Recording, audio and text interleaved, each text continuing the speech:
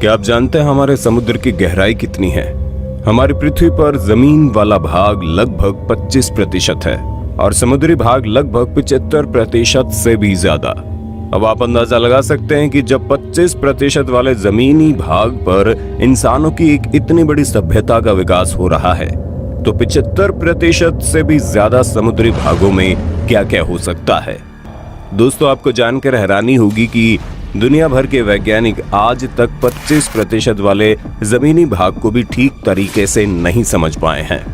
आज भी पृथ्वी की जमीन पर ऐसी ऐसी गुफाएं मौजूद है, ऐसी ऐसी पहाड़ियां मौजूद हैं जिनके बारे में हम इंसानों को कुछ भी नहीं पता।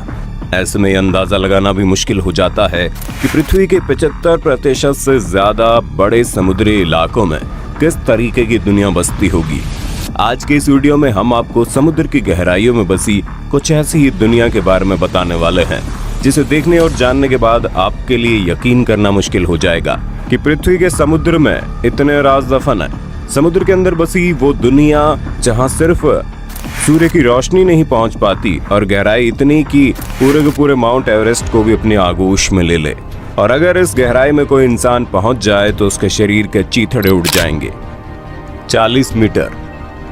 जैसे ही कोई इंसान समुद्र में डुबकी लगाता है तो वो बिना किसी खास इक्विपमेंट के महज 40 मीटर अंदर तक जा सकता है, क्योंकि उसके नीचे बढ़ने पर समुद्र के पानी की वजह से दबाव इतना ज्यादा बढ़ने लगता है कि इंसान की धड़कन ठीक तरीके से काम नहीं कर पाती। और यही 40 मीटर के बाद शुरू होती है समुद्र की असली दुनिया।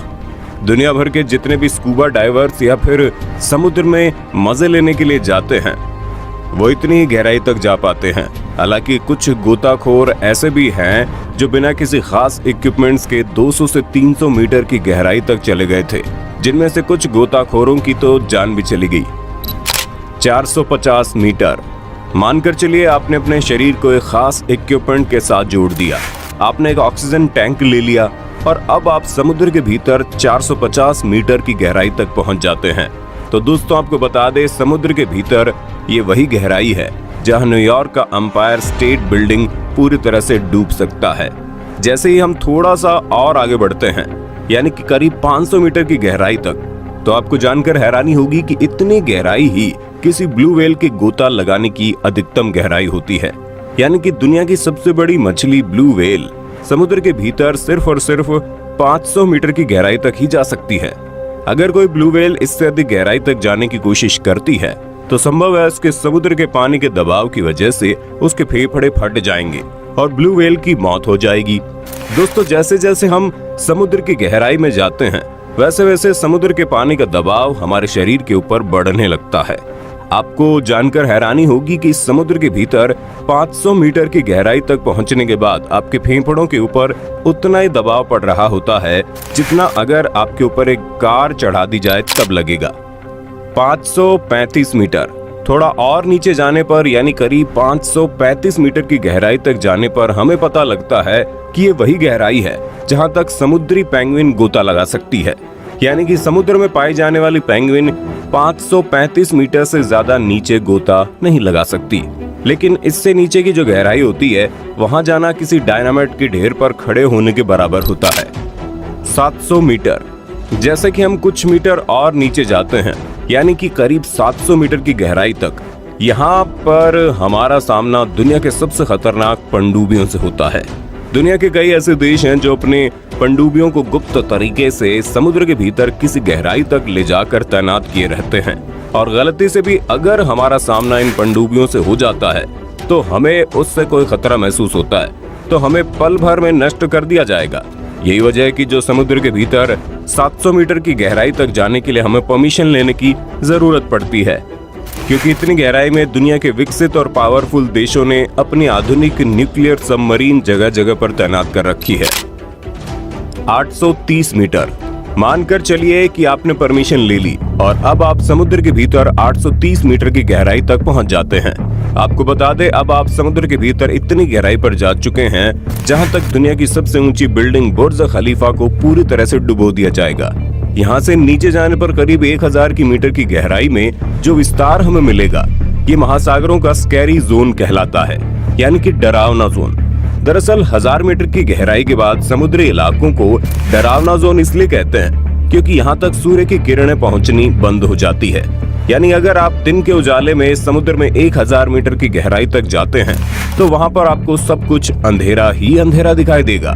समुद्र के इस गहराई में जो जीव जंतु पाए जाते हैं उनकी एक अलग ही दुनिया होती है। आपको जानकर हैरानी होगी कि समुद्र में इतनी गहराई तक पहुंचने के बाद आपके फेफड़े पर जो दबाव पड़ता है वो उतना ही होता है जितना कि आपके ऊपर एक भारी भरकम ट्रक गुजरने के बाद अनुभव होगा। और इस लेवल पर बिना किसी खास इक्विपमेंट के अगर कोई इंसान जाने की कोशिश करता है तो जाने से पहले उसकी मौत हो जाएगी। 1200 मीटर, थोड़ा और नीचे जाने पर यानी करीब 1200 मीटर की गहराई तक पहुंचने के बाद हम समुद्र के अंदर उस जगह तक पहुंच जाते हैं जहां तक समुद्री कछुओं का डीपेस्ट एरिया माना जाता है। यानी समुद्र में जितने भी कछुए पाए जाते हैं वो समुद्र के अंदर 1200 मीटर की गहराई के नीचे नहीं जा सकते। और गहराई में करीब 2000 मीटर नीचे जाने पर हमें यहाँ बहुत ही अद्भुत, खतरनाक और रोचक जीवों की अलग दुनिया दिखती है। लेकिन आपको जानने की जरूरत है कि इतनी गहराई तक जाने के बाद आप अंदर की चीजों को तभी देख सकते हैं जब आपके पास एक हाई क्वालिटी का टॉर्च मौजूद हो, क्योंकि जैसे हम 1000 मीटर की गहराई को पार करते हैं उसके बाद समुद्र के भीतर सिर्फ और सिर्फ अंधेरा ही होता है। वहां तक सूर्य की रोशनी नहीं पहुंच पाती। लेकिन यहाँ पर पाई जाने वाली एंगलर फिश समुद्र की गहराइयों में पाई जाने वाली एक ऐसी मछली है जिसे कुदरत ने पहले से एक टॉर्च दे रखा है। दरअसल इस मछली के मुंह के सामने बल्ब जैसी एक आकृति निकली हुई है और गहराई में करीब 2200 मीटर के लेवल पर आपको स्पर्म वेल दिखाई देगी और भीतर करीब 4000 मीटर की गहराई तक पहुंचने के बाद जो जगह आती है उसे डीपेस्ट जोन कहते हैं। और यहाँ पर वाटर प्रेशर आपके ऊपर किसी रेलवे इंजन के गुजरने के बराबर होगा और ज्यादा नीचे 4200 मीटर का डीप लेवल दुनिया के लगभग आम महासागर का एवरेज डीप लेवल है। लेकिन दुनिया के कई महासागर इससे भी ज्यादा गहरे हैं।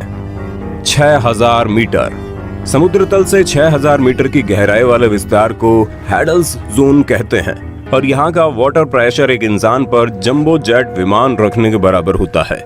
यहाँ से अगर और नीचे जाएं तो 8848 मीटर की गहराई समुद्र तल से ऊपर जमीन के ऊपर माउंट एवरेस्ट की चोटी के बराबर है। जाने की इस जगह पर अगर माउंट एवरेस्ट को लाकर रख दिया जाए तो पूरा माउंट एवरेस्ट डूब जाएगा। और नीचे 10,916 मीटर की गहराई तक का विस्तार ये विस्तार है। इंसान सबसे पहले इतनी गहराई तक पहुंचा था, ये घटना साल 1960 की है जब दो वैज्ञानिकों ने दुनिया के सबसे एडवांस सबमरीन को लेकर समुद्र की गहराई तक जाने की यात्रा शुरू की थी।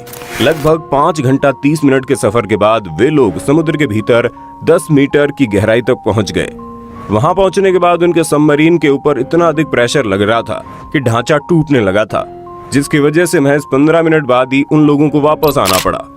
10,994 मीटर, थोड़ा और गहराई में जाने के करीब 11,000 मीटर की गहराई तक पहुंचने के बाद हम समुद्र के भीतर उस गहराई तक पहुंच जाते हैं जितनी ऊंचाई पर कोई हवाई जहाज उड़ान भरता है। 10,994 मीटर की गहराई आज तक की हम इंसानों के द्वारा नापी गई समुद्र की सबसे गहरी जगह है। इस गहराई को वेस्ट पैसिफिक महासागर में नापा गया है और इस जगह को मारियाना ट्रेंच कहते हैं।